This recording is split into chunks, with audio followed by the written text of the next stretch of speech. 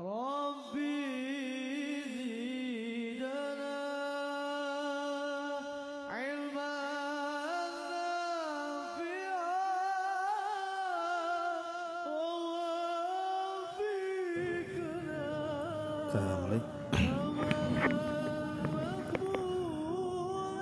Bismillahirrahmanirrahim.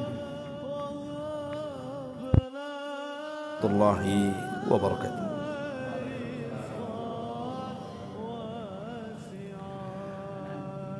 Alhamdulillah wassalatu wassalamu ala Rasulillah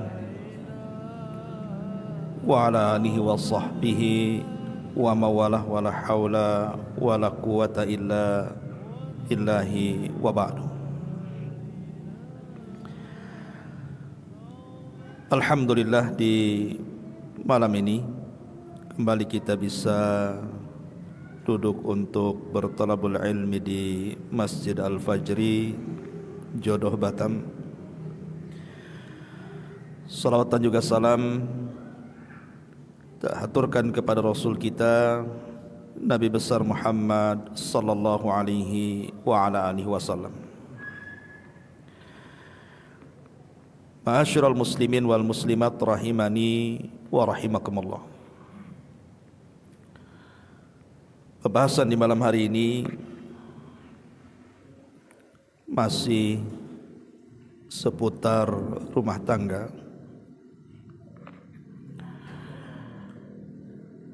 Dan tema yang kita akan angkat di malam hari ini tentang 11 perkara yang bisa menghilangkan perasaan cinta antara suami ataupun istri. Ini penting bagi yang sudah berkeluarga. Kalau yang belum berkeluarga ya dengar sajalah. Mudah-mudahan jadi bekal. Ya. Kita tahu bahwa yang mendasari tema kita adalah firman Allah Subhanahu wa taala surah Rum ayat 21. Yang sering kita dengar, wa min ayatihi an khalaqalakum min anfusikum azwaja litaskunu ilaiha wa ja'ala bainakum mawaddatan wa rahmah inna fi dzalika laayatin liqaumi yatafakkarun. Dan di antara tanda-tanda kuasa Allah Subhanahu wa taala adalah Allah menciptakan kalian berpasang-pasangan agar kalian merasa nyaman terhadap pasangannya. Dan Allah jadikan di antara kalian perasaan cinta dan juga rahmat, kasih sayang. Sesungguhnya yang demikian itu terdapat tanda-tanda bagi orang-orang yang mau berfikir. Lihat bahasa Quran. Allah Subhanahu wa taala bukan menyebut satu tanda dari tanda-tanda kuasa Allah dalam pernikahan itu, tetapi Allah sebutkan dengan jama', banyak tanda dari kuasa-kuasa Allah itu dalam pernikahan itu. Ma'asyiral muslimin wal muslimat rahimani wa rahimakumullah. Berarti dari ayat ini dapat kita petik pelajaran ada 3 poin yang harus ada pada rumah tangga seorang muslim itu. Pertama sakinah, yang kedua mawaddah, dan yang ketiga rahmah. Kalimat sakinah, litaskunu ilaiha. Sakinah ini bisa diambil dari 2 kata, maskan dan sakan. Maskan itu artinya tempat tinggal, dan sakan itu artinya ketenangan. Kalau berumah tangga itu hanya sekedar memerlukan maskan tempat tinggal saja, ini tidak cukup. Karena betapa banyak orang yang berumah tangga hidup satu atap itu tidak tenang hidupnya, sehingga memerlukan yang keduanya, sakan, ketenangan. Jadi hidup satu atap, memiliki rumah, juga ada ketenangan di dalamnya. Baru mantap tuh rumah tangganya. Lah ketenangan itu bisa muncul karena dua perkara. Pertama, mawaddah, timbulnya perasaan cinta. Yang kedua, timbulnya rasa rahmah, kasih sayang. Al-Imam Ibnu Katsir rahimahullahu ta'ala ketika memberikan catatan kepada ayat ini, apa kata beliau? Innar rajula yumsikul mar'ata imma limahabbatihi laha aw li rahmatin biha bi an yakuna laha minhu waladun aw muhtajatun ilaihi fil infaqi aw lil ulfati bainahuma wa ghairi dzalik. Kata Imam Ibnu Katsir rahimahullahu ta'ala, dia mengatakan seseorang itu, maksudnya seorang suami, kenapa dia bisa bertahan dan menahan istrinya di dalam rumahnya? Itu disebabkan karena kecintaan seorang suami kepada istri, makanya ditahan. Kalau sudah tidak cinta, ngapain ditahan? Atau boleh jadi bukan karena cinta, tapi karena kasih sayang. Mungkin cintanya sudah enggak ada, tapi sayangnya masih ada. Boleh jadi karena melihat anak, sebenarnya sudah jengkel sama istrinya, dah kurang ajar kan, tapi mikir anak dia. Tak jadilah, kasihan juga saya tengok anak. Nanti kalau bercerai dia dapat bapak baru, tak sayang pula dengan anak saya. Tak jadi cerai akhirnya. Artinya cinta boleh hilang, sayang kan tak boleh hilang. Karena tadi memikirkan boleh jadi karena ada anak, kata Imam Ibnu Katsir rahimahullahu ta'ala, atau karena mungkin dia masih berhajat dengan nafkah kita. Kalau kita ceraikan dia, dia makan apa di luar, kasihan juga. Atau karena tadi boleh jadi karena ada ulfah, ada perasaan yang lain yang kemudian menjadikan seseorang suami itu tidak menceraikan istrinya. Ma'asyiral muslimin wal muslimat rahimani wa rahimakumullah, intinya adalah dalam rumah tangga itu yang paling penting ditanamkan adalah dua perkara tadi, perasaan cinta dan kasih sayang. Di dalam Al-Quranul Karim, tepatnya surah Al-Anbiya ayat 90, Allah subhanahu wa ta'ala berfirman, wa aslahna lahu zawjahu innahum kanu yusari'una fil khairat wa yad'unana raghaban wa rahaban wa kanu lana khashiin. Dan kami perbaiki baginya pasangannya, karena mereka bersegera dalam kebaikan dan berdoa kepada kami dengan penuh rasa takut dan harapan dan penuh dengan rasa khusyuk saat berdoa kepada kami, kata Allah. Dari ayat ini kita bisa petik pelajaran bahwa kebaikan dalam rumah tangga itu, kalau rumah tangga itu diasaskan kepada syariat. Karena di sini Allah katakan kami perbaiki pasangannya ketika mereka bersegera melakukan kebaikan dan berdoa kepada Allah. Berarti sebab Allah memperbaiki rumah tangga kita ini karena kita berada di atas syariat, senantiasa melakukan ibadah dan senantiasa berdoa kepada Allah subhanahu wa ta'ala. Karena begini ikhwan, ada sebagian istri itu yang memang niat nikah itu bukan karena agama, tapi karena hubud dunia, karena cinta dunia saja. Mungkin bahasa sehari-hari yang kita kenal, ada uang abang sayang, kan itu ya. Tak ada uang abangku tenang gitu. Itu apa istilahnya kan itu ya. Berarti di sini bahwa yang melembutkan hati itu bukan perkara harta ya kawan. Karena sayangnya seorang istri kepada suami itu terkadang gara-gara ada harta saja. Ketika sudah hilang hartanya, hilang pula sayangnya.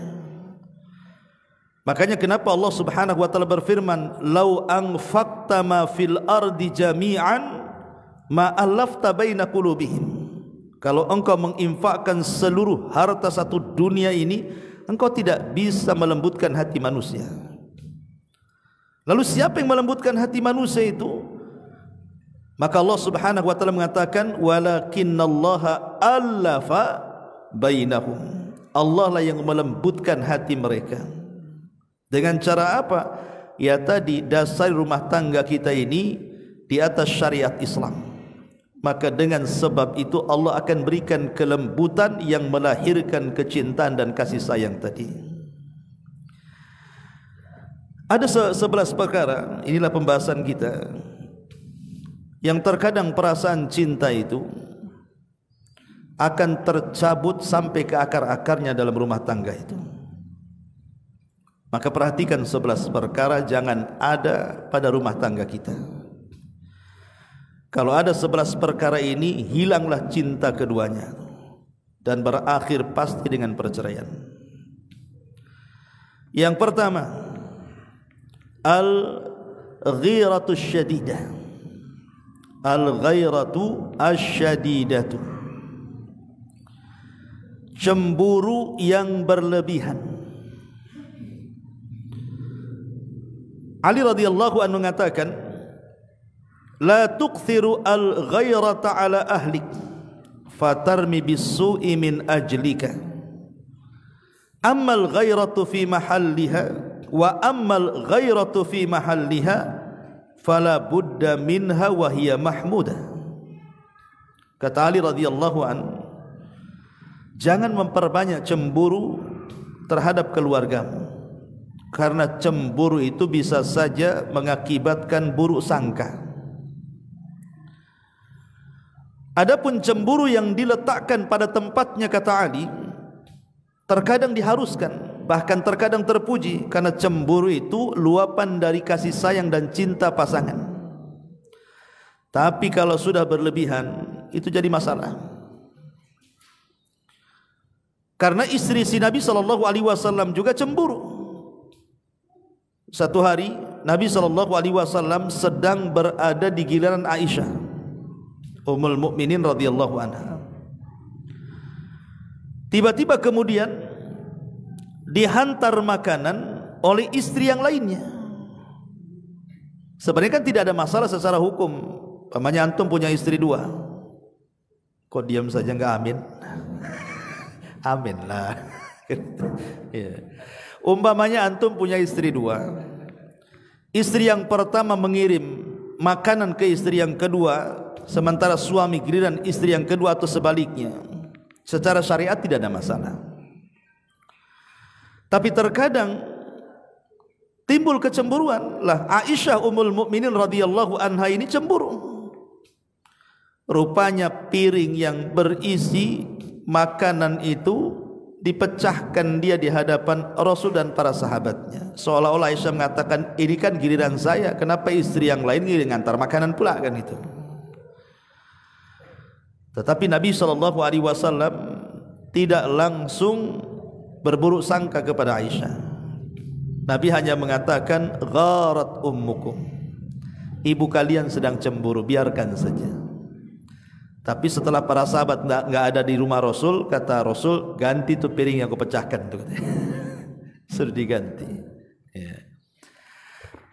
Intinya bahwa cemburu boleh-boleh saja.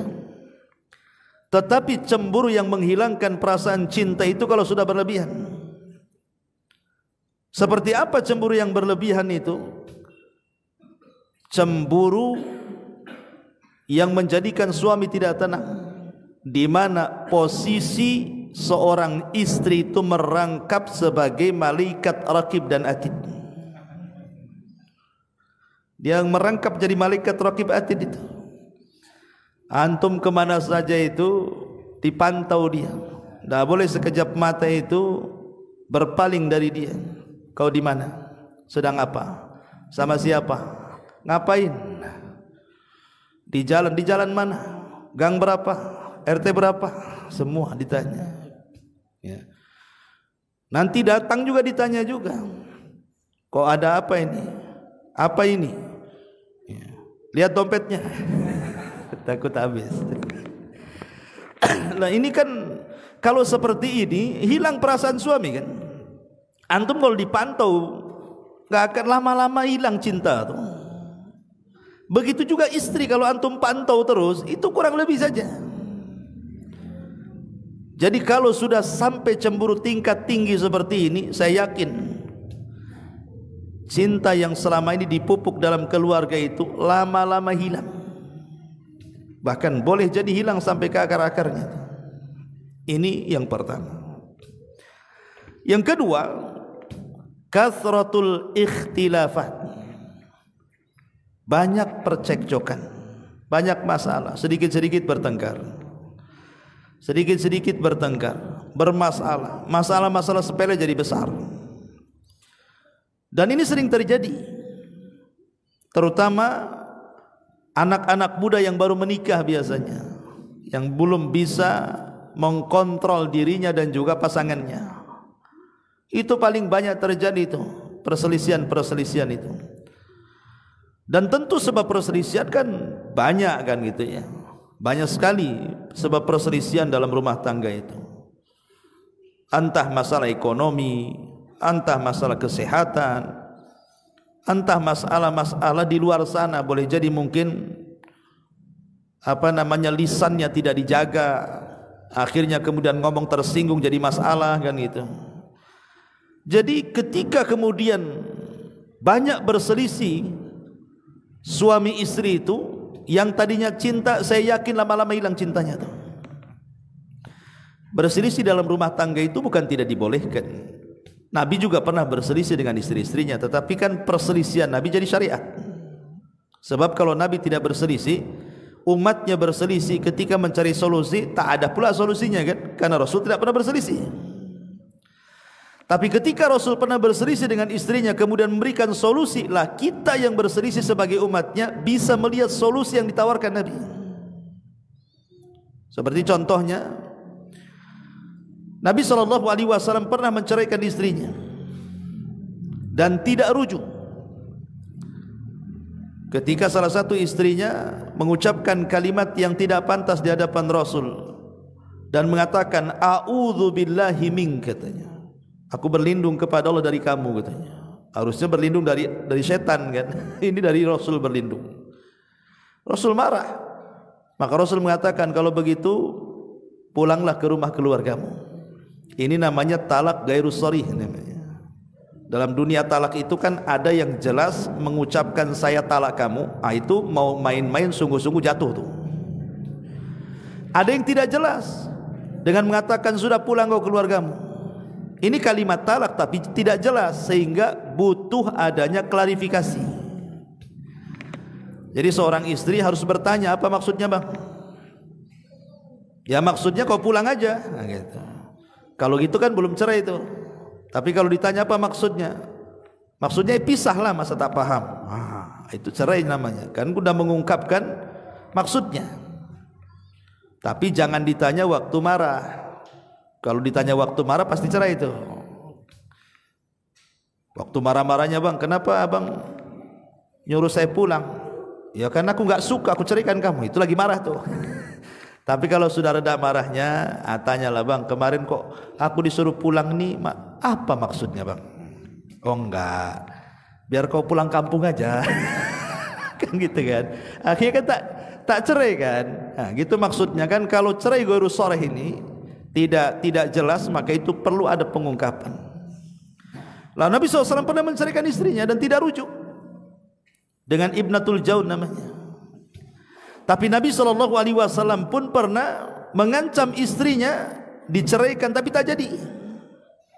Nah inilah gara-gara berselisih di mana sebagian istri Nabi SAW itu protes kepada Nabi SAW minta tambahan belanja. Istri Nabi aja minta tambahan belanja, apalagi istri antum kan itu.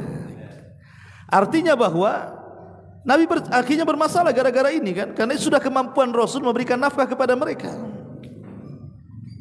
Maka Nabi SAW mengancam akan menceraikan istri-istrinya kalau mereka tetap menuntut itu. Tapi akhirnya istri-istrinya tobat kepada Allah Azza wa Jal. Akhirnya Rasul tidak jadi menceraikan. Atau Rasul betul-betul sudah menceraikan tapi rujuk. Seperti contohnya apa? Rasul pernah menceraikan Hafsah, putri Umar. Tapi setelah diceraikan, datang Jibril dan mengatakan, "Ya Muhammad, Hafsah itu istrimu di sorga, karena dia qawaman sawaman, wanita yang rajin qiyamul lail dan wanita yang rajin puasa sunnah." Akhirnya Rasul rujuk. Ya. Lah dari kisah-kisah ini menunjukkan bahwa Nabi SAW kan juga bermasalah dengan istri-istrinya kan. Karena memang tidak ada rumah tangga yang sempurna. Kalau ingin rumah tangga sempurna di sorga lah. Coba anak-anaknya. Jadi rumah tangga yang sempurna itu di sorga. Kalau di dunia itu ya mesti ada banyak perselisihan. Maksud saya berselisih itu wajar dalam keluarga. Tapi yang tidak wajar itu kalau terus berselisih. Perkara-perkara sederhana jadi besar, perkara-perkara enteng jadi berat gitu ya. Jadi kalau semua perkara diperselisihkan, itu masalah. Gara-gara meletakkan meja dan lemari salah aja berselisih. Coba kan, gara-gara warna baju berselisih, gara-gara beda selera makan berselisih. Nah, ini kan kalau semua diperselisihkan kan masalah ikhwan. Lama-lama hilang cintanya tuh. Ini yang kedua. Yang ketiga, kasratul insyighal, sibuk dengan urusan masing-masing. Istri sibuk dengan urusan dia, suami pula sibuk pula dengan urusannya. Dan kalau sudah seperti ini, lama-lama enggak ada perhatian satu dengan yang lain, hilang tuh cinta tuh. Apalagi sekarang dengan dunia medsos kan, masing-masing pegang handphone. Si istri pegang handphone, si suami juga pegang handphone. Celakanya bukan satu handphone dipegang tuh. Ada yang punya 2, 3 handphone kan gitu ya. Itu terkadang ini masalah sepele, masalah handphone. Sebenarnya kan handphone itu kan alat komunikasi saja kalau dulu. Ya, alat komunikasi, SMS kan. Sekarang kan fungsinya lain. Karena sudah ada YouTube, ada Instagram, ada Facebook, ada WeChat, ada TikTok, macam-macam lah kan di handphone tuh. Kita lihat sekarang ini, gara-gara handphone ini hak dan kewajiban seorang istri dan suami itu hilang. Kenapa? Karena sibuk masing-masing kan. Waktunya istri masak umpamanya kan, suami lapar sibuk nengok YouTube, nengok drakor. Nanti suami juga sama, kurang lebih seperti itu. Ini kalau sibuk, ini satu contoh saja masalah handphone kan, belum masalah yang lainnya. Kalau kemudian kesibukan masing-masing tidak memperhatikan hak dan kewajiban suami istri, saya pastikan hilang tuh cinta tuh. Karena apa? Karena ketika seorang suami berhajat kepada istrinya, istri pula sibuk dengan urusan dia. Ketika istri berhajat kepada suami, terbalik pula, suami sibuk dengan urusan dia kan. Lah ketika hasrat dan kewajibannya tidak saling terpenuhi, hilang tuh cinta tuh. Nah, ini yang ketiga. Kemudian yang keempat, dan ini yang paling besar, al-khianat. Ketika masing-masing suami istri ini berkhianat. Ma'asyiral muslimin wal muslimat rahimani wa rahimakumullah. Di dalam Al-Qur'an Allah Subhanahu wa taala pernah mengkisahkan kisah 2 wanita yang jadi percontohan dari wanita-wanita kafir. Disebutkan dalam surah At-Tahrim ayat ke-11, ayat 10 dan ke-11. Allah Subhanahu wa taala mengatakan, "Dharaballahu mathalan lilladzina kafaru imra'ata Nuhin wa imra'ata Lut. Kanata tahta abdaini min ibadina salihaini fakhanatahuma falam yughniya anhuma minallahi syai'a wa qila khulan nara ma'ad dakhilin." Dan Allah Subhanahu wa taala memberikan permisalan tentang 2 wanita. Pertama wanitanya Nuh, dan yang kedua wanitanya Lut. Kenapa Allah tidak katakan istrinya Nuh, istrinya Lut? Kok bahasanya pakai wanitanya? Harusnya kan Allah membuat permisalan bagi dua wanita, istri Nuh dan Lut. Tapi Allah tidak mengatakan istri itu. Allah hanya mengatakan wanitanya Nuh dan wanitanya Lut. Kenapa disebut wanitanya Nuh dan Lut? Tidak dikatakan istrinya Nuh dan Lut? Karena keduanya tidak layak menjadi istri seorang nabi. Maka itu disebut istri dalam Quran. Ya. Padahal Allah mengatakan keduanya di bawah asuhan hamba kami yang saleh, Nuh dan Lut. Tetapi keduanya tidak bermanfaat bagi kedua istrinya, dan Allah katakan masuklah kalian berdua ke dalam neraka bersama orang-orang yang masuk ke neraka, kata Allah. Kenapa kemudian Allah Subhanahu wa taala memasukkan dua istri Nabi ini ke dalam neraka coba? Ini istri Nabi loh. Nuh dan Lut itu kan istri Nabi. Alasannya karena dua-duanya berkhianat. Tetapi antum jangan salah paham, maksudnya khianatnya istri Nabi bukan selingkuh berzina, tidak. Bukan itu. Jadi khianatnya istri seorang nabi tidak mungkin sampai berselingkuh atau berzina. Maksudnya kata para ulama, adapun istrinya Nuh berkhianat kepada Nuh karena dialah orang yang pertama mengingkari syariat Nuh. Jadi sebelum mengatakan umatnya gila kepada Nuh, istrinya dulu yang mengatakan gila suaminya. Adapun istrinya Lut itu karena sekongkol dengan preman pasar. Jadi kalau ada tamu laki-laki datang kepada rumahnya Lut, nanti cemburu istrinya, jangan-jangan suami saya homo juga. Akhirnya kemudian istrinya Lut membakar kayu, kemudian asapnya mengepul ke langit, tanda bahwa di rumahnya ada tamu laki-laki. Maka preman laki-laki pasar itu datang mendobrak, menculik tamunya, kemudian memperkosa. Laki-laki suka jantan. Ya. Itulah berkhianat, membocorkan setiap tamu. Artinya kalau khianatnya para nabi, istri-istri para nabi yang seperti ini saja terancam dengan neraka. Lihat bagaimana pengkhianatan suami istri di zaman sekarang kan. Dan pengkhianatan yang paling besar adalah ketika melakukan perselingkuhan. Kalau ketahuan hilang tuh cintanya. Walaupun mungkin tidak sampai selingkuh besar, boleh jadi mungkin ketahuan WA-nya, ketahuan SMS-nya, ketahuan isinya, ketahuan transfer uangnya, dan begitu seterusnya kan itu. Dia belum ngapa-ngapain kan, baru tulisan-tulisan itu saja, itu sudah hilang tuh cinta tuh. Apalagi kalau betul-betul melakukan perselingkuhan akbar kan gitu, sampai melakukan perzinahan, dan itu ketahuan. Nah ini juga yang harus dipahami, bahwa kalau terjadi khianat dalam rumah tangga dipastikan hilang cintanya. Ini yang keempat. Kemudian yang kelima, adamul ihtimami bil madhar. Kata ulama, tidak adanya perhatian baik suami istri itu dalam penampilan yang tampak. Ikhwan, sebagaimana kita juga menuntut para istri kita ini cantik di depan kita, antum juga harus tampan di depan istri antum. Terkadang kita banyak menuntut sama istri itu, harus tampil cantik, tampil bagus, tapi kita sendiri tidak tampil seperti itu. Itu dalam bahasa hadis itu namanya waman an wahad, namanya pandai menuntut tapi tidak pandai memberi. Tidak demikian kan itu. Makanya ketika kemudian kedua belah pihak ini tidak peduli dengan penampilan, lama-lama hilang. Contoh umpamanya seorang istri yang tidak bisa menjaga badannya. Waktu gadisnya, wow, udah kayak model Korea. Nanti kalau sudah punya anak 2-3 nggak peduli itu. Ya, udah jadi model tong-tong itu. Jadi drum, jadi apa kan gitu kan. Nggak jaga badan dia. Akhirnya disangkanya kalau sudah punya anak, suami kan sudah ada centelan, ada anak, nggak mungkin macam-macam. Kata siapa?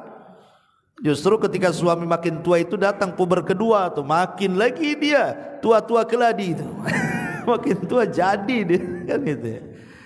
Jadi makanya penting, apalagi mungkin suami-suami yang bekerja di luar, yang hari-hari mungkin memandang perempuan-perempuan di luar sana, kan istri harus pandai. Pandai kemudian menjaga dan merawat badannya, baik badannya, baik pakaiannya. Ya, itu harus dirawat. Karena ini bagian daripada ibadah masalahnya. Lah kenapa suami saya tertarik dengan dia? Dulu suami saya tertarik dengan saya. Boleh itu introspeksi. Ya. Begitu juga seorang istri. Ada juga seorang istri itu curhat sama saya, Ustaz, aduh suami saya itu kayaknya pakaian banyak di lemari, tapi yang dipakai itu saja. Ya pakaian kerja itu, pakaian tidur itu, pakaian main itu, semua pakai itu. Kayaknya enggak mau ganti-ganti. Enggak pernah mandi, enggak pernah wangi, enggak pernah cukur, enggak pernah ini. Lama-lama muak sih sama dia. Dia sampai bilang muak sama dia gitu. Subhanallah kan. Makanya ini juga yang kelima, ya, kalau sudah tidak perhatian dengan penampilan ini bisa menghilangkan perasaan cinta dalam keluarga. Kemudian yang keenam, adamu raghabatil jimaiyati, hilang perasaan untuk melakukan hubungan suami istri. Tentu banyak faktor kan. Tetapi kalau ini terjadi, berarti hilang dia perasaan cintanya. Sebab kalau cinta seorang suami kepada istri atau sebaliknya, pasti ingin melakukan hubungan suami istri. Namanya cinta. Ya. Karena tujuan pernikahan itu yang paling besar. Apalagi coba, tujuan nikah itu supaya kita tidak berzina, supaya kita bisa menundukkan pandangan. Tetapi orang yang hilang cintanya biasanya hilang juga perasaan untuk menggauli pasangannya itu. Entah karena kesibukan dia, entah karena alasan lain gitu. Contoh umpamanya seorang suami meminta jatahlah kepada istrinya dan mengatakan, "Dek, malam Jumat." Kan gitu. Malam Jumat kan, dia ngomong malam Jumat. Iya memang sunnah malam Jumat ya. Tetapi kemudian istrinya itu dengan berbagai macam alasan seolah-olah tidak mau menerima ajakannya. Marahlah suaminya.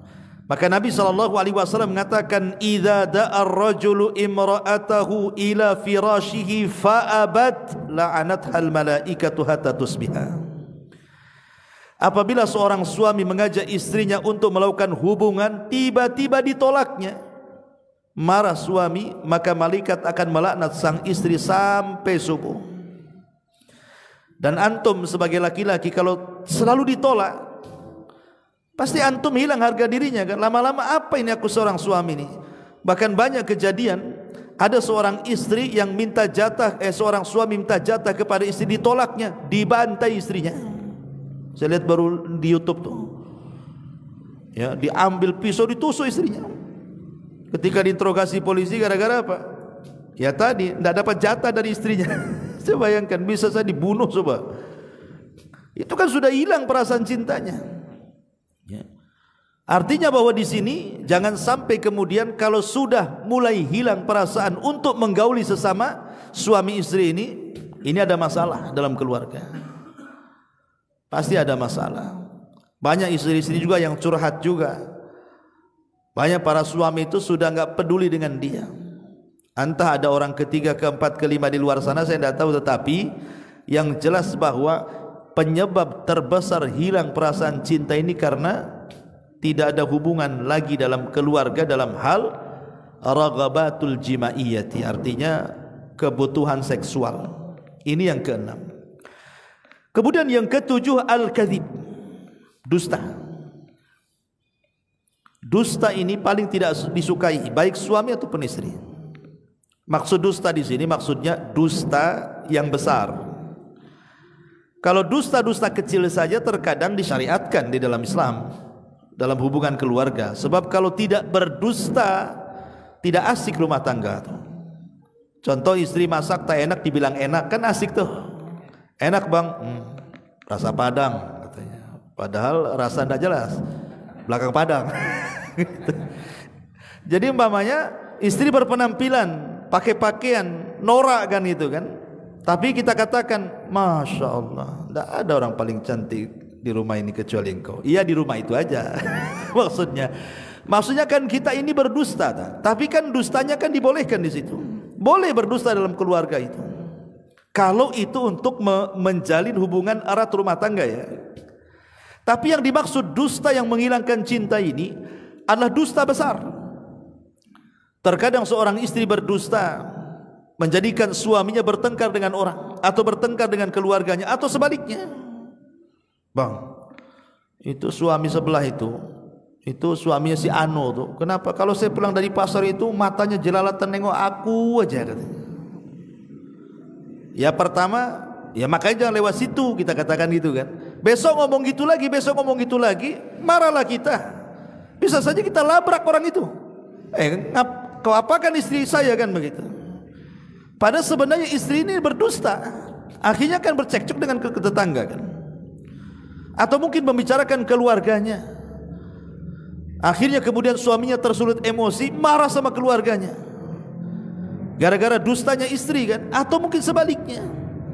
Maka kalau dusta terus dikembangkan dalam rumah tangga itu, lama-lama hilang tuh cinta. Karena dusta sendiri dalam hadis adalah yahdi ilal fujur, bisa mengantarkan kepada keburukan. Fujur, kefajiran, kejahatan. Dan fujur itu bisa mengantarkan ke neraka. Ini yang ketujuh. Yang kedelapan, kathratul intiqadi wasyaqwa, banyak kritikan dan banyak keluhan. Nih, kalau dalam rumah tangga ini sudah banyak mengkritik antara suami istri, banyak mengeluh antara suami istri, hilang tuh cintanya. Kan banyak tuh istri-istri itu yang dikit-dikit mengeluh ekonomi. Bang, tolonglah bang katanya. Masa tetangga itu sudah beli mobil kita aja ke sana kemari, motor ngredit lagi katanya. Usahalah bang. Kadang-kadang mengeluh, tidak qanaah kan. Ataupun masalah-masalah yang lain, memaksa suaminya untuk mencari nafkah lebih pada itulah kemampuannya di situ. Itu tidak ridho dan qanaah. Akhirnya banyak keluhan-keluhan. Lah dalam rumah tangga itu kalau sudah banyak mengeluh, hilang tuh cintanya lama-lama. Muak juga kan lama-lama. Seorang suami kalau istri banyak mengeluh, muak lama-lama. Sebaliknya juga gitu. Kalau seorang suami banyak mengkritik istrinya, lama-lama muak juga istri itu. Makanya kemudian sangat penting sekali seseorang itu bersyukur. Nabi SAW mengatakan, la yangdurullahu ila imra'atin la tashkuru li zawjiha wa hiya la tastagni anhu. Allah tidak akan melihat istri yang tidak mensyukuri suaminya padahal ia sangat berhajat kepadanya.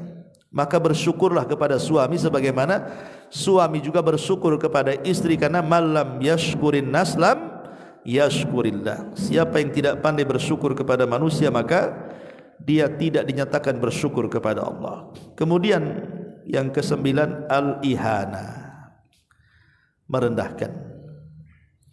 Ini kalau suka merendah-rendahkan, suami merendahkan istri, istri merendahkan suami kan itu. Merendahkan martabatnya, pendidikannya, keluarganya, usahanya, pelayanannya, khidmatnya dan begitu seterusnya. Maka kalau saling merendahkan bahaya. Ya, hilang perasaan cintanya kan. Oh dasar kamu ini. Udah kalau udah ngomong dasar-dasar ini awalnya, itu udah mulai merendahkan. Maka kenapa kemudian di dalam Islam itu Nabi sampai mengatakan la yafruqu mu'minun mu'minatan, tidak boleh seorang mukmin mencela mukmin yang lainnya. In kariha minha khuluqan radiya minha khuluqan akhar. Kalau seseorang benci kepada akhlak pasangannya, jangan langsung diungkapkan kebenciannya, tapi lihat sisi baiknya. Hadis ini menjadi sebuah kaidah, bukan dalam dunia rumah tangga saja ya. Dalam dunia bertetangga, dalam dunia berkawan juga sama. Pamannya tetangga ini bermasalah dengan kita, akhirnya kita benci. Jangan kemudian melihat kesalahan tetangga saja, lihat kebaikannya. Lebih banyak mana tetangga berbaik sama kita, atau lebih banyak mana kejahatan tetangga dengan kita. Kalau masih lebih banyak baiknya, berhusnudzonlah kepada tetangga. Sama juga seorang suami kepada istri atau istri kepada suami. Sebelum suami ini mencela istrinya, lihat sisi baik istrinya itu, ada kebaikannya, kemudian ditimbang. Oh, masih banyak kebaikan rupanya istri saya, tak jadilah saya mencelanya. Ataupun sebaliknya. Tapi biasanya yang banyak mencela dalam keluarga itu biasanya istri. Kenapa demikian? Karena ada sisi lemah seorang istri itu yang tidak dipunyai suami. Apa sisi lemah seorang istri? Qusurul fitri. Apa qusurul fitri itu? Maksudnya rendahnya fitrah seorang istri, mudah mengkufuri kebaikan suaminya. Makanya antum jangan heran kalau antum sudah berbuat baik sama istri antum, satu hari antum berbuat salah, pasti dia akan mengatakan, ah kau itu suami gak bagus. Pasti itu akan ngomong, kau ini suami gak bagus, gak tanggung jawab, gak bagus, gak baik, gak berakhlak, macam-macam tuh akan ngomong gitu nih. Pasti itu akan ngomong dengan bahasa-bahasa dia yang intinya kufur kepada kebaikan suami. Karena itu yang dikatakan Nabi, walaupun engkau seumur hidupmu berbuat baik kepada istrimu, kemudian engkau melakukan satu kesalahan, maka istri akan mengatakan engkau belum pernah berbuat baik sedikit pun kepadaku. Dan itulah rendahnya fitrah seorang istri yang suami harus sabar. Ini kalau istri sudah ngomong begitu, antum harus sabar. Itu sisi kelemahannya di situ. Dia mudah kufur. Makanya kenapa Nabi SAW ketika diperlihatkan neraka itu paling banyak istri-istri dibandingkan suami yang di neraka itu. Salah satu penyebab yang terbanyak para istri masuk neraka itu gara-gara ini. Dia tidak menjaga lemahnya fitrah dia, sehingga dia mudah melecehkan suaminya dan merendahkan suaminya, sehingga seolah-olah suaminya tidak ada kebaikan bagi dia. Nah, ini kalau sudah seperti itu hilanglah perasaan cinta. Kemudian yang nomor 10, al-asam minan nasihati wal inad. Seolah-olah tuli, tidak menerima nasihat. Ada istri atau suami itu yang dikasih masukan tidak terima tuh. Suami ngasih masukan, istri yang tidak terima. Istri memberikan masukan kepada suami juga ditolak. Ini kalau seandainya nasihat dalam keluarga, ini suami sudah banyak, karena itu banyak ya masalah-masalah yang sampai kepada saya yang bertanya soal keluarga itu. Ini yang jadi kemudian percekcokan, akhirnya kemudian terjadi perceraian. Kenapa? Karena hilang perasaan cinta ketika salah seorang dari keduanya itu tidak bisa dinasihati. Ini suaminya ngasih masukan, istrinya tak terima. Atau sebaliknya, istri ngasih masukan, suaminya marah-marah. Itu kalau terus-terusan seperti itu, hilang tuh perasaan cinta. Dan ini yang paling banyak. Ustadz, saya ini sudah ngasih nasihat pasangan saya ini, tapi nggak mau dia itu. Dia merasa benar. Nanti suami juga ngomong begitu, istri saya ini kayak merasa benar aja katanya. Nah, jadi akhirnya apa? Ketika saling membela diri, hilang perasaan cinta. Dan yang terakhir, yang ke-11 adalah asyatmu wa dharab. Dan ini yang paling bahaya juga. Mudah mencaci, memaki, bahkan ada sebagian suami itu yang suka memukul. Ini kalau sudah yang keluar cacian, makian, pukulan, antum sedang berada di ring tinju atau berada di rumah tangga kan gitu. Ya kalau antum berada di ring tinju terserah lah kan gitu. Memang harus pukul-pukulan. Tapi antum sedang berada dalam rumah tangga. Memukul itu sudah saya jelaskan kemarin. Ada dua perkara kan. Pertama, kalau ada maslahat, kalau saya pukul pasti berubah. Lah kalau antum tidak bisa memprediksi kalau saya pukul dia berubah atau tidak, nggak usah dipukul. Karena dipukul nggak berubah, apa fungsi pukulan? Maka dilihat, ditimbang dulu sebelum antum mukul itu. Itu pun setelah melalui dua proses kan. Pertama nasihat, yang kedua antum tidak bicara atau tidak menggaulinya. Baru ketika masih juga istri itu seperti itu, maka boleh memukul. Memukul pun satu, tadi saya katakan, lihat maslahatnya. Ada nggak maslahatnya? Kalau tidak ada, jangan.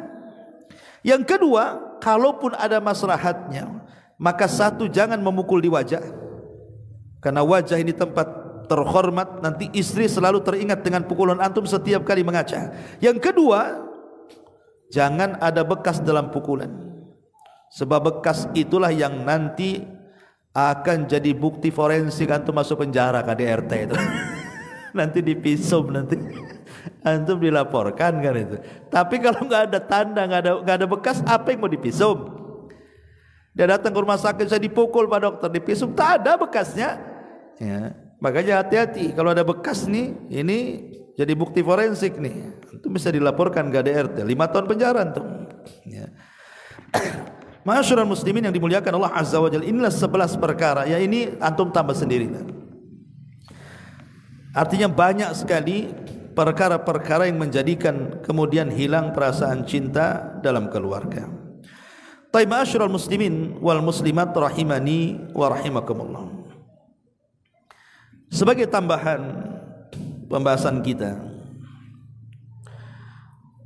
yang saya ingin tekankan adalah masalah banyaknya perselisihan dalam keluarga.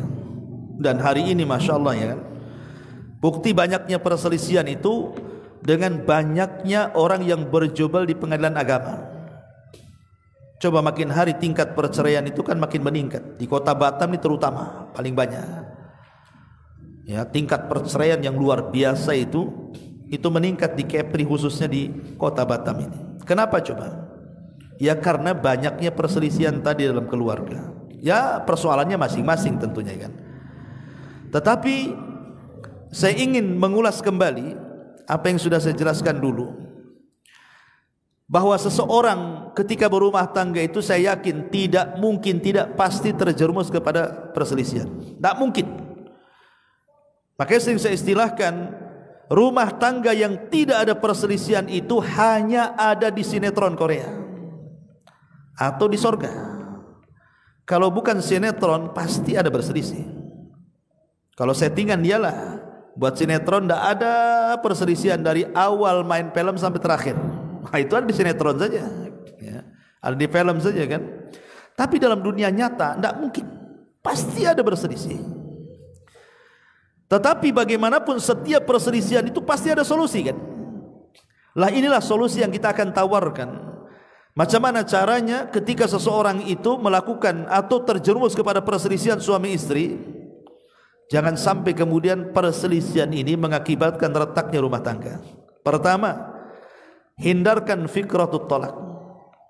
Jangan sampai di benak antum ketika ada masalah dengan pasangan antum itu terbentik dalam pikiran antum menceraikan pasangan antum. Ataupun sebaliknya istri terbentik dalam otaknya ingin khulu, menggugat cerai. Sebab kalau itu yang tergambar dalam otak kita, berarti kita tidak menghendaki islah kebaikan. Kalau sudah ada pikiran ingin menceraikan, baik dari pihak suami atau istri, berarti kan tidak ada keinginan untuk bersama, maunya berpisah, ya kan? Ini kalau sudah ada pemikiran seperti ini, bahaya. Ini mukadimahnya di sini masalahnya. Yang kedua, ya, jangan sampai kemudian seseorang itu kalau sedang berselisih, ya tadi saya contohkan tadi, kepikiran untuk zalim, fikratul zulmi. Jangan ada kepikiran menzalimi pasangan. Entah dengan cara memukul, entah cara mencaci, memaki, melaknatkan itu. Begitu juga istri. Sebab kalau sudah bermasalah dengan suami itu kadang-kadang istri lebih kejam loh ucapannya daripada suami. Lebih kejam istri itu kalau udah ngomong, jangan salah. Dia lebih tajam daripada silet cutter, ikhwan. Kalau udah ngomong pok itu, ya. Binatang di Batam saja terbatas. Binatang yang keluar dari mulut istri tidak terbatas. Semua keluar kan. Itu mulai dari alam nyata sampai alam gaib itu keluar. Nah, ini kan masalah tuh. Kalau sudah ada kepikiran zalim, lagi bertengkar ini enggak akan menyelesaikan masalah. Ya, baik zalim dengan ucapan, dengan cacian, makian, laknatan, atau zalim dengan cara fisik, pukulan, tendangan dan yang semacamnya, atau mengancam tidak akan ngasih nafkah lagi dan begitu seterusnya. Nah, ini kalau sudah ada pikiran seperti itu, enggak akan selesai urusan itu. Saya yakin enggak mungkin selesai itu masalahnya kalau sudah ada kepikiran zalim itu. Ini yang kedua. Yang ketiga, jangan suka membawa-bawa lembaran lama. Ini terkadang kalau suami istri bertengkar ini, terutama istri terkadang memorinya lebih kuat kan dibandingkan antum laki-laki kan. Terkadang lembaran-lembaran yang 10 tahun mulai antum akan nikah sampai terakhir antum bermasalah, bisa ingat dia tanggal, waktu, jamnya, tempatnya, lahirnya di mana, tahu dia. Dia bisa tuh. Ini kayak risit di toko itu, kalau antum beli itu keluar semua risit. Bisa loh dia sebutkan. Rupanya dia catat di memori dia. Ada memorinya, buku catatannya. Jadi jangan pernah karena membuka lembaran baru itu menyakitkan. Baik menyakitkan kepada yang membuka lembarannya atau kepada yang mendengarnya.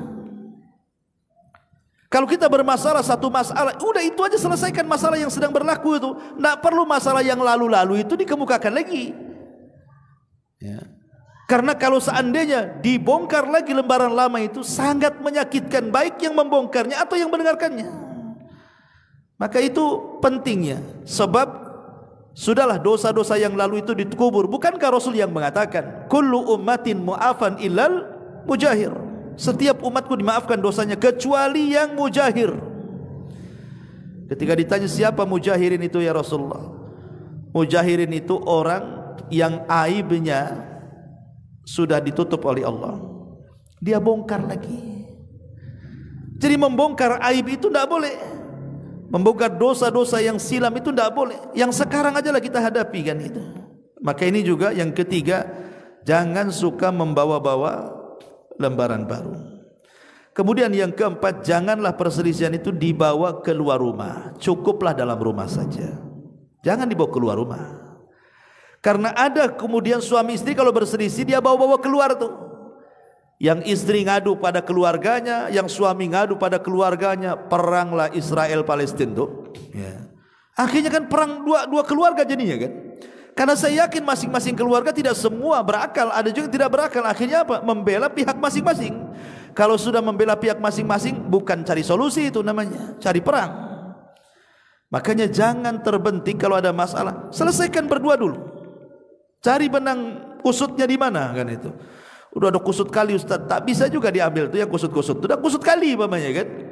Ya kalau memang tidak bisa lagi, baru cari orang ketiga. Dari keluarganya siapa yang amanah. Tidak semua keluarga dilibatkan dan diceritain, enggak. Umpamanya dalam keluarga saya itu yang paling amanah paman saya. Ini kalau bapak saya tidak bisa nih. Ataupun nanti yang suaminya, ya ini paling amanah di keluarga saya ini kayaknya saudara saya karena dia tahu agama. Kalau orang tua saya tidak bisa ini. Cari yang amanah, ketemukan. Kan itu. Makanya Allah mengatakan fab'atsu hakaman min ahlihi wa hakaman min ahliya, utus dari dua belah pihak supaya damai. Tapi kalau kemudian dibawa keluar, bahkan diceritakan ke kawan kantornya, ke kawan kerjanya, ke kawan mainnya, itu tidak mencari solusi, tetap akan terjadi perselisihan.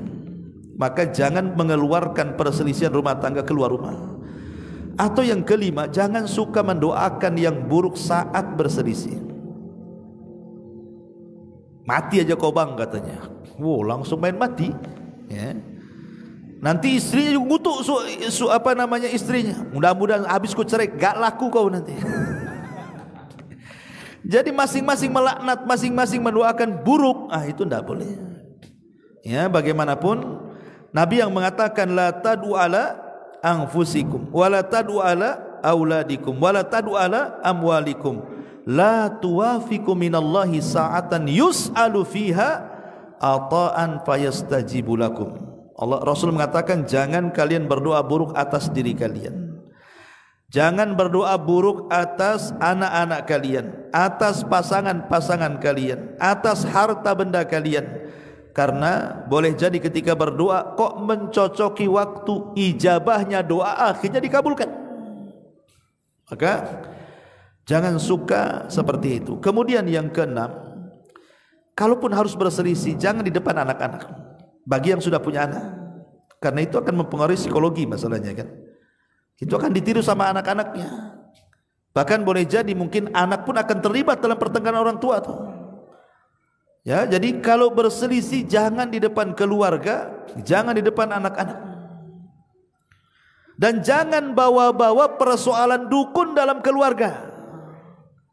Kan ada tuh orang-orang yang membawa dukun dalam keluarga itu.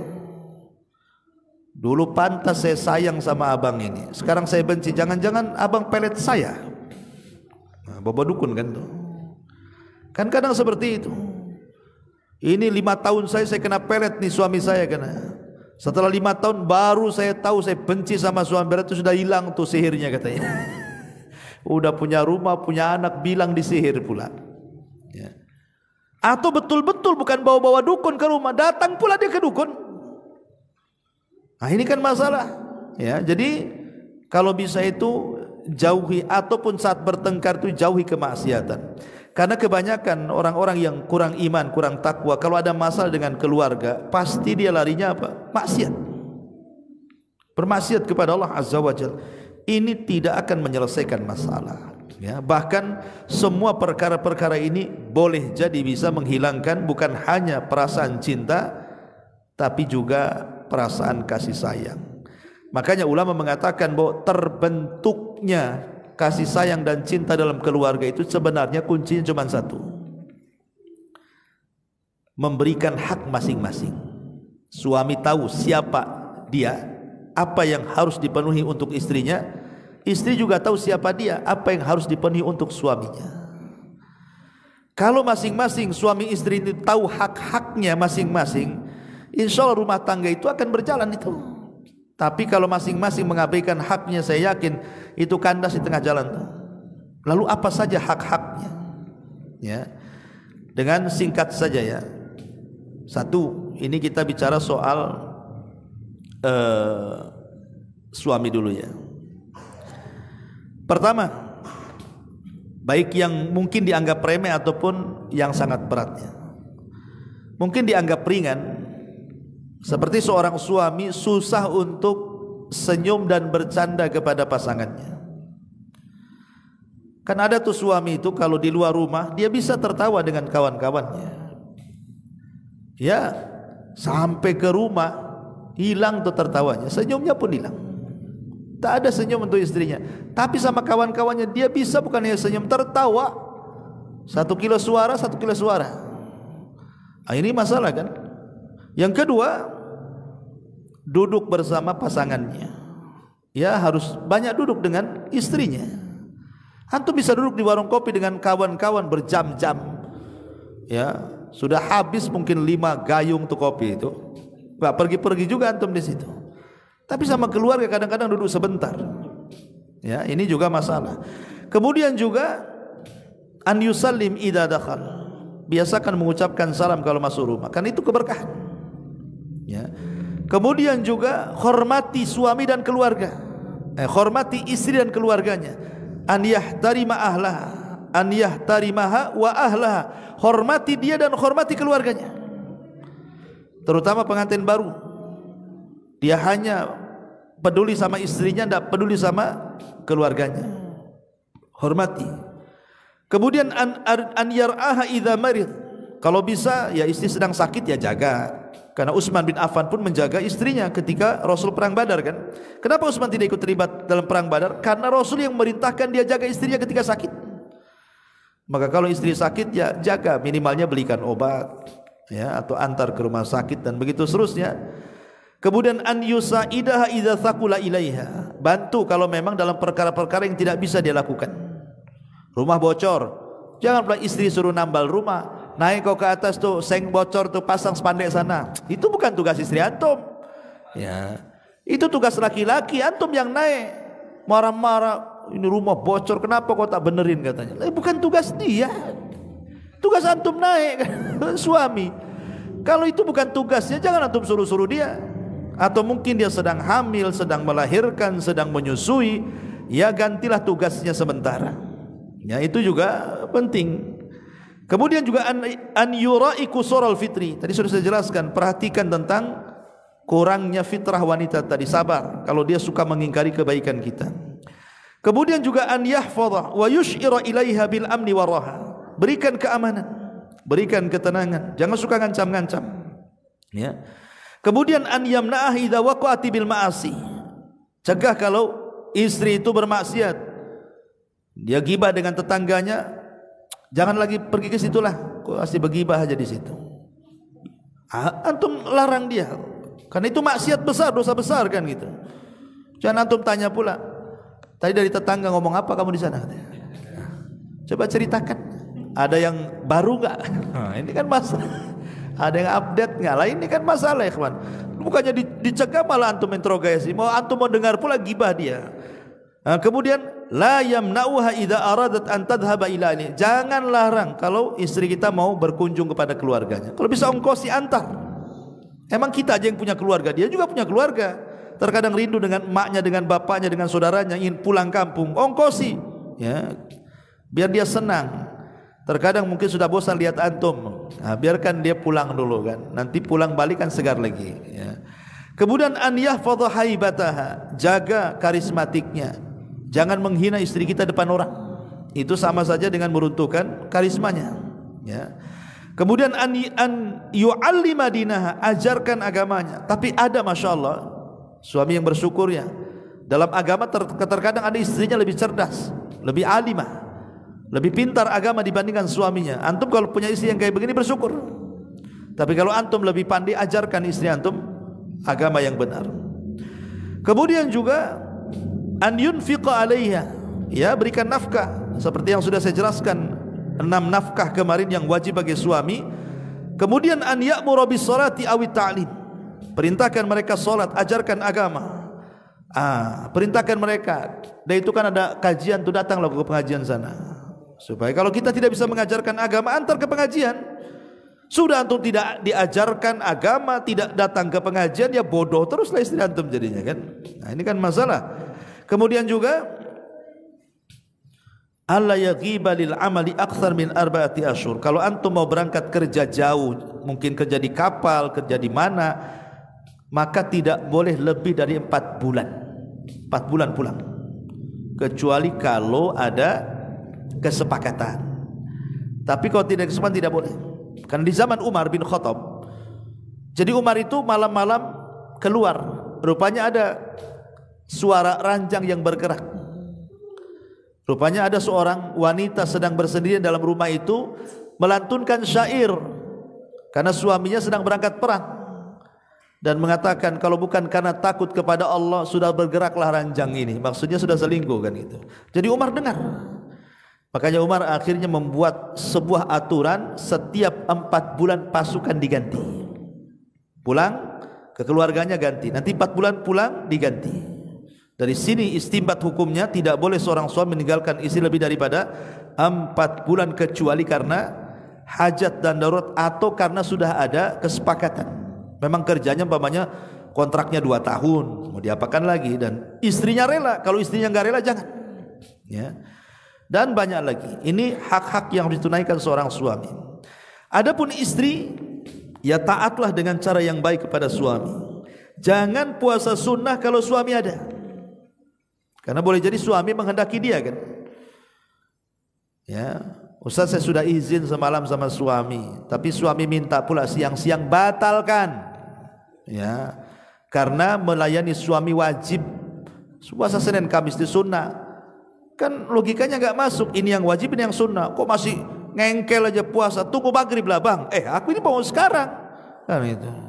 Nanti hilang hasratnya sampai maghrib dah dongkol suaminya kan. Lah ini kan yang seperti itu dipaham. Jangan puasa sunnah kalau suami hadir. Ya, jangan maksa-maksa. Izinkanlah suaminya ada. Yang wajib melayani suami bukan puasa, kecuali kalau qadha Ramadan. Ya, atau di bulan Ramadan itu kan wajib kan lain. Kalau puasa sunnah ya tidak usah puasa sunnah kalau suaminya ada. Dan tidak boleh keluar kecuali dengan izinnya. Suami datang, mana istri saya rupanya tak ada. Bisa marah tuh ya. Dan jangan memasukkan orang yang suami tidak suka, entah keluarganya, entah kawannya. Kalau suami enggak suka jangan masukkan orang, baik laki-laki atau perempuan.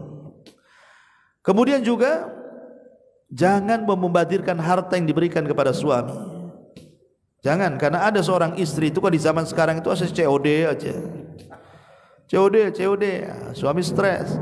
Lah kemarin uang kemana? Itu bang tuh tengok tuh kotak-kotak tuh. Stres, jangan tabdzir. Tabdzir itu dalam bahasa harta itu ada 2, ada namanya israf, ada namanya tabdzir. Kalau israf itu membelanjakan harta berlebihan dari kebutuhannya. Kalau tabdzir membelanjakan harta kepada kemaksiatan kepada Allah. Itu bedanya di situ israf dengan tabdzir. Dan dua-duanya tidak boleh. Ya kan? Pamannya istri masak banyak-banyak. Orang hidup berdua, bertiga dengan anaknya, sekali masak untuk satu kampung, siapa yang makan? Akhirnya dilempar ke tong sampah. Itu namanya apa? Israf. Ya, bukan tabdzir, israf namanya. Karena halal kan dia, memasakkan halal, tetapi berlebihan akhirnya dibuang, itu israf. Kalau tabdzir, ya tadi umpamanya seseorang ini berjudi dengan hartanya, membeli khamar dengan hartanya, membeli narkoba dengan hartanya, itu namanya tabdzir. Karena sarful mal, menghamburkan harta ila ghairi ma yambagi, bukan yang sepatutnya dikeluarkan untuk itu. Ya. Kemudian juga di antara kewajiban istri kepada suami, ya hormati suami, hormati juga keluarganya. Jangan menolak kalau suami ngajak berhubungan. Kemudian baik-baiklah apabila suami itu datang, entah dari pekerjaan, entah dari mana. Jadi perbaiki cara istiqbal. Istiqbal itu penyambutan dalam rumah tangga. Penyambutan, disambutlah suami itu. Kadang suami datang entah dari mana, istrinya tidur-tiduran, enggak jelas. Sibuk dengan handphonenya. Suami datang dia sibuk dengan handphonenya. Itu kan kurang ajar tuh istri yang kayak gitu tuh. Maka kasih sambutan terbaik kalau suami datang. Termasuk juga jaga kehormatannya, baik ketika hadir ataupun tidak. Termasuk juga menjaga anak-anaknya, kemudian mencari keridhoannya apabila dia sedang marah. Termasuk juga jaga perasaannya, dan begitu seterusnya banyak sekali dari hak dan kewajiban. Intinya kalau hak dan kewajiban masing-masing terpenuhi, insyaallah yang namanya sakinah, mawaddah, warahmah itu pasti akan menjadi tanda-tanda kuasa Allah dalam rumah tangga kita. Wallahu a'lam bishawab. Subhanakallahumma bihamdika asyhadu an la ilaha illa anta astaghfiruka wa atubu ilaik. Allahu taala alam.